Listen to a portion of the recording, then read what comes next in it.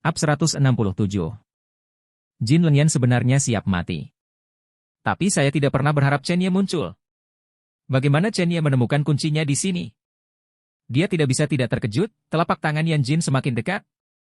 Tepat ketika dia hendak menyentuh Jin Lengyan, bilah angin datang langsung ke sisi ini dan menerobos udara.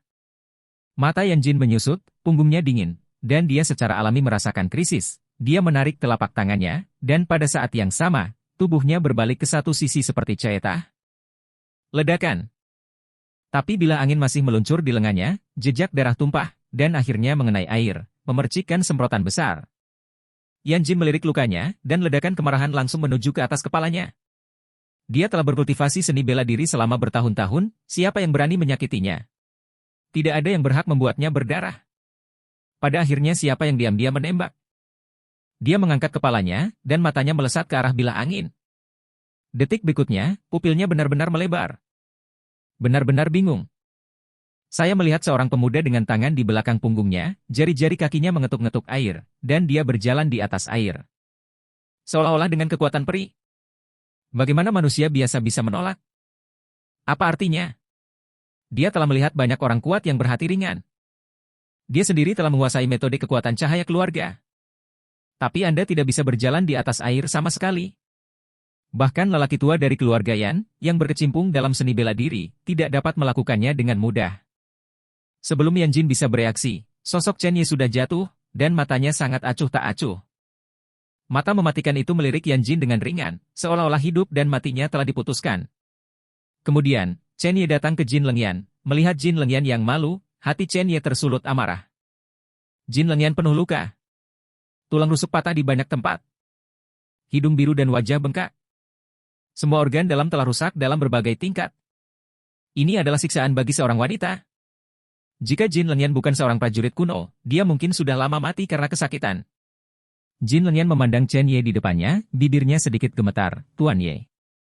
Chen Ye menekan kemarahan di dalam hatinya dan berkata dengan ringan, "Mengapa kamu tidak datang ke Tang Chen Yipin untuk menemukanku? Kamu harus tahu betul bahwa hanya aku yang bisa menyelamatkanmu di seluruh Jiangcheng." Jin Lengyan menggelengkan kepalanya dengan keras, menahan rasa sakit, dan berkata dengan hormat, "Ini adalah malapetaka keluarga Jin saya. Leng Yan tidak ingin melibatkan Tuan Ye." Chen Ye menghela nafas, "Mengapa kamu melakukan ini?" Faktanya, Chen Ye tahu bahwa jika Jin Lengyan ingin menyelamatkan dirinya sendiri, cara terbaik adalah mengkhianatinya. Beritahu pihak lain namanya dan alamat Thomson Yipin. Bagaimanapun, Liontin Giok ada di tangannya. Tapi Jin Lengyan lebih suka menderita dan mengkhianatinya bahkan sebelum dia meninggal. Teman ini layak mendapatkan perlakuan tulus dari Chen Ye. Yan Jin di belakangnya bereaksi penuh, matanya tertuju pada Chen Ye, dan dia berkata dengan marah, "Wah, siapa kamu? Beraninya kamu ikut campur dalam urusan Yan Jinku?" Meskipun pria yang tiba-tiba ini bisa berjalan di atas air, ketika Yan Jin melihat wajah Chen Ye dengan jelas, dia merasa kurang khawatir. Diperkirakan pihak lain baru berusia sekitar 20 tahun, bahkan jika orang seperti ini mulai berkultivasi sejak usia muda, tidak mungkin dia lebih kuat dari dirinya sendiri. Dia telah melihat beberapa jenius seni bela diri top di Cina. Tapi penampilan Chen Ye tidak pernah terdengar. Jadi menurut pendapatnya, Chen Ye mungkin memperoleh teknik latihan ringan secara tidak sengaja, dan dia telah berkultivasi dengan konsentrasi tinggi, sehingga dia bisa melakukan ini. Dalam hal kekuatan seni bela diri, lawan tidak bisa menjadi lawannya sama sekali. Mendengar suara itu, Chen Ye mengabaikan Yan Jin sama sekali, dan malah bertanya pada Jin Lengyan, "Bagaimana dengan kesepakatan di antara kita?" Jin Lengyan tertegun sejenak, sedikit bingung, "Kesepakatan apa?" "Liontin Giok itu milikku, dan aku akan membantumu membunuh." Suara acuh tak acuh Chen Ye terdengar. Sangat tenang. Seolah-olah hal kecil sedang diceritakan. Mata indah Jin Lengyan penuh dengan kebingungan, tapi dia tahu metode Yan Jin. Tingkat kekejaman dan kekuatannya sangat menakutkan. Chen Ye bersedia mengambil risiko untuk sepotong liontin batu giok. Membunuh untuknya? "Tuan Ye, keluarga Jinku telah dihancurkan. Menurut kesepakatan di pagi hari, liontin giok seharusnya milikmu, tapi..." Sebelum dia bisa selesai berbicara, Chen Ye menyela, "Anggap saja itu sebagai janjimu." Kemudian, Chen Ye berbalik, dan mata seperti jurang itu menatap lurus ke arah Yan Jin. Yan Jin tanpa sadar mundur selangkah, dan untuk beberapa alasan, melihat tampilan ini, seluruh tubuhnya ngeri. Dia secara alami mendengar percakapan antara keduanya, dan dengan cepat bereaksi, berteriak dengan marah, "Liontin batu giok ada di tanganmu. Karena kamu membawanya ke pintu, maka aku tidak bisa menyalahkannya." Detik berikutnya, kaki Yan Jin meletus, dan semuanya melesat seperti bola meriam. Pada saat yang sama, dia mengeluarkan pisau baja 70 cm dari pinggangnya. Ini dibuat oleh master senjata top yang keluarga Yannya menghabiskan banyak uang. Itu senjata pribadinya. Potong besi seperti lumpur. Potong puluhan tulang. Meskipun dia tidak takut pada Chen Ye, dia masih memiliki beberapa ketakutan di hatinya, tetapi dia tidak menunjukkannya. "Nak, ingat, pisau Yan Jinku yang membunuhmu." Bilahnya tajam, terjalin menjadi jaring, dan berguling ke arah Chen Ye. Suara kuat memecah udara bahkan lebih seperti dewa kematian bersiul. Tapi Chen Ye meletakkan tangannya di belakang punggungnya dan tidak bergerak. Dia bahkan tidak mengedipkan matanya. Jin Lengyan berpikir bahwa Chen Ye ceroboh, dan dengan cepat berseru, "Tuan Ye, hati-hati, keterampilan pedang orang ini sangat kuat." Yan Jin mencibir lagi dan lagi, "Wah, wanita ini lebih tahu darimu, karena kamu tidak bergerak, maka aku akan memotong hatimu dengan tanganku sendiri." Kecepatan pisau baja semakin cepat, dan itu akan mengenai dada Chen Ye dalam sekejap mata. Begitu jatuh, konsekuensinya tidak terbayangkan. Pada saat ini, Chen Ye akhirnya mengangkat tangannya, dan hanya mengulurkan dua jari, dan aliran samar udara melingkari ujung jarinya. Pisau Yan Jin tiba-tiba berhenti. "Saya tidak bisa memotongnya sama sekali." Murid-muridnya penuh dengan kengerian. Menatap dua jari Chen Ye. Niat pedangnya yang kuat memiliki kekuatan hampir 1000 jin, dan bahkan dapat menghancurkan batu-batu besar.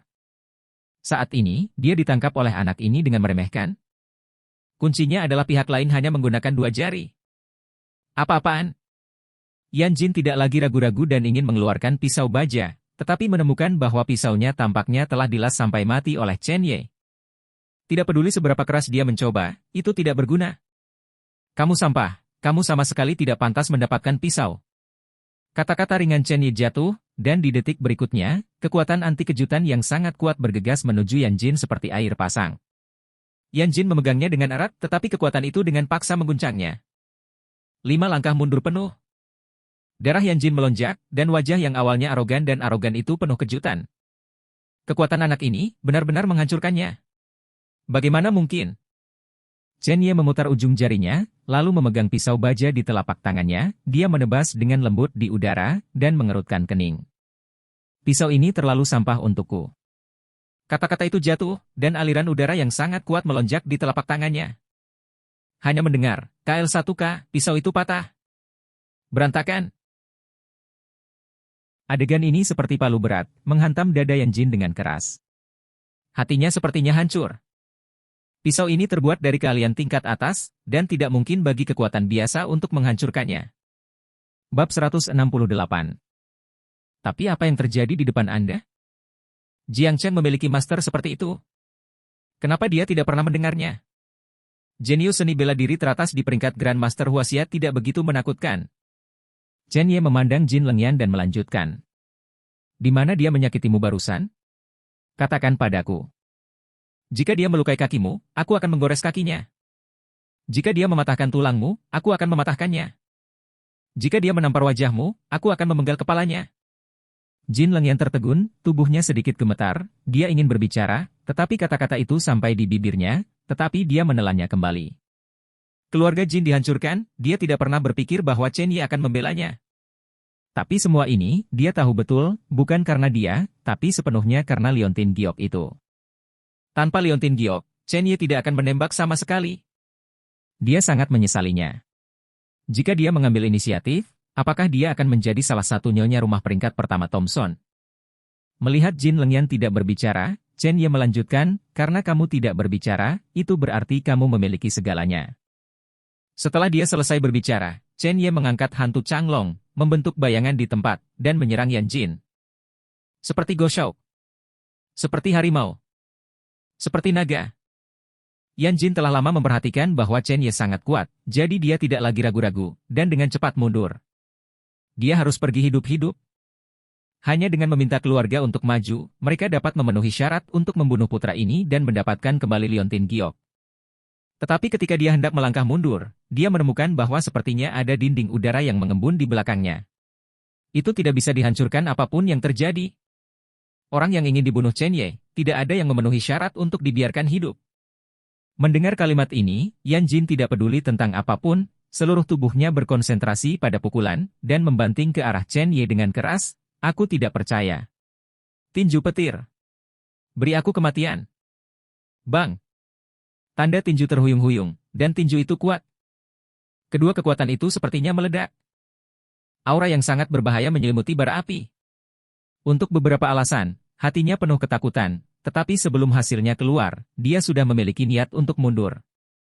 Ini adalah tabu terbesar dalam perjalanan seni bela diri. Tapi dia Yan Jin juga tidak mau. Hantu itu tahu monster seperti apa yang dia hadapi sekarang. Kaca. Dengan suara, rasa sakit yang kuat menyapu tubuh Yan Jin, matanya melebar, dan dia menyadari bahwa lengan kanannya tiba-tiba patah. Tulang putih dingin itu baru saja mematahkan lengannya dan mengungkapkannya. Kengerian. Apa? Wajah Yan Jin sangat mengerikan, dan dia berteriak kesakitan, suaranya bergema di seluruh danau Linshi. Sangat menyedihkan. Tangan pria tidak digunakan untuk memukul wanita. Mereka digunakan untuk mengalahkan dunia. Tapi sekarang, sepertinya tanganmu tidak diperlukan. Bahu Chen yang menabrak dada Yan Jin, dan yang terakhir sepertinya ditabrak kereta berkecepatan tinggi. Seteguk darah menyembur keluar.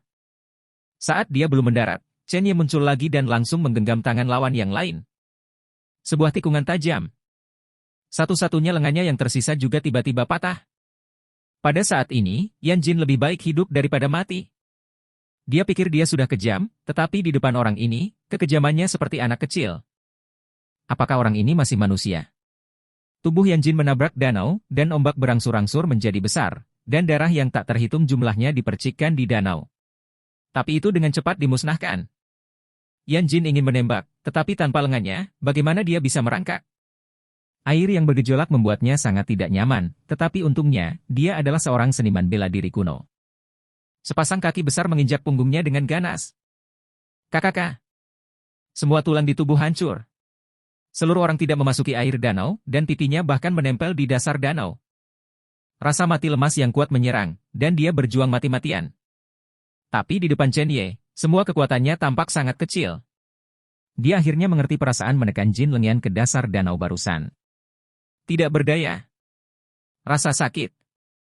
Dia membuka mulutnya, dan air danau yang bercampur dengan darahnya memasuki tubuhnya di sepanjang mulutnya.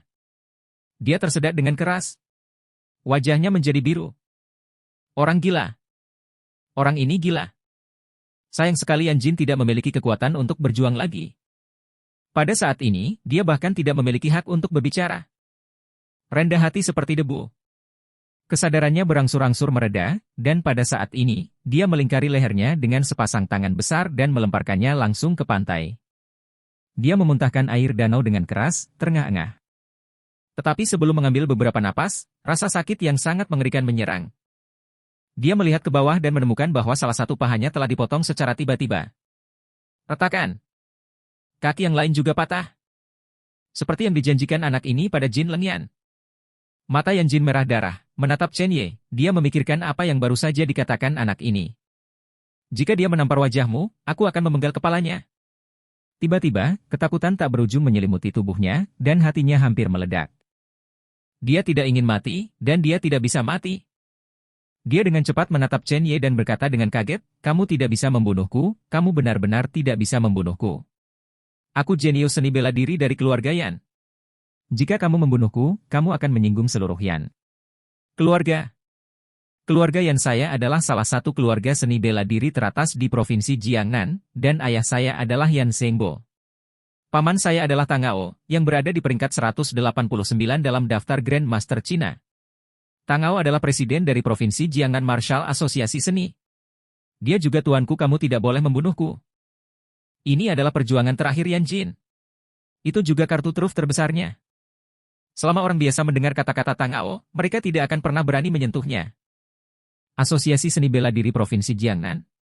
Tangao? Chen Ye sedikit terkejut. Dia benar-benar tidak berdaya, apakah Asosiasi Seni Bela Diri Provinsi Jiangnan ini berhantu? Provinsi Jiangnan yang baik tidak tinggal, mengapa saya harus ikut campur dalam urusan Jiangcheng? Tampaknya sebulan terlalu lama, dan dia harus pergi ke Provinsi Jiangnan sesegera mungkin. Kecuali kekuatan ini dicabut, tidak akan pernah ada perdamaian. Melihat keraguan-raguan Chen Ye, Yan Jin berpikir bahwa pihak lain takut, dan melanjutkan, sebaiknya aku memberitahumu lagi. Liontin Giok itu adalah hadiah yang akan diberikan keluarga Yanku pada Tang Ao di hari ulang tahunnya. Memata-matai Tang Ao artinya. Apa? Belum lagi Jiang Cheng, tidak ada tempat untukmu di seluruh provinsi Jiangnan. Ekspresi Chen Yi datar, kaki kanannya sudah menginjak leher Yan Jin, selama dia mengerahkan sedikit kekuatan, Yan Jin pasti akan menjadi mayat tanpa kepala. Yan Jin merasakan dinginnya lehernya, sedikit panik, dan berkata dengan gemetar, apa yang kamu lakukan? Chen Yi tersenyum dingin, biarkan saya memberitahu Anda sebuah rahasia sebelum Anda mati. Yuan Jingfu dibunuh olehku, Cui Shen dan Su Yuanxiu juga dibunuh olehku, dan bahkan Ma Weiki menjadi budakku. Pupil mata Yan Jin melebar. Apa yang dia pikirkan? Kisah Yuan Jingfu dipenggal di platform seni bela diri Jiang Cheng, yang telah berulang kali dilaporkan di Provinsi Jiangnan, sebenarnya benar. Juga, Cui Shen dan Su Yuanxiu juga dibunuh oleh orang ini? Bagaimana ini mungkin? Kekuatan keduanya sangat menakutkan. Tapi melihat mata dingin Chen Yi dan kekuatan menakutkan, dia benar-benar percaya. Apakah orang ini sekarat? 3 wakil presiden Asosiasi Seni Bela Diri Jiangnan semuanya dipenggal olehnya. Ini tidak akan ada habisnya dengan Asosiasi Seni Bela Diri Jiangnan. Juga, Tang Ao yang kamu sebutkan tidak akan selamat dari hari ulang tahunnya, dan Chen Yi akan mengambil nyawanya juga. Suara Chen Yi sepertinya datang dari atas 9 surga yang luas.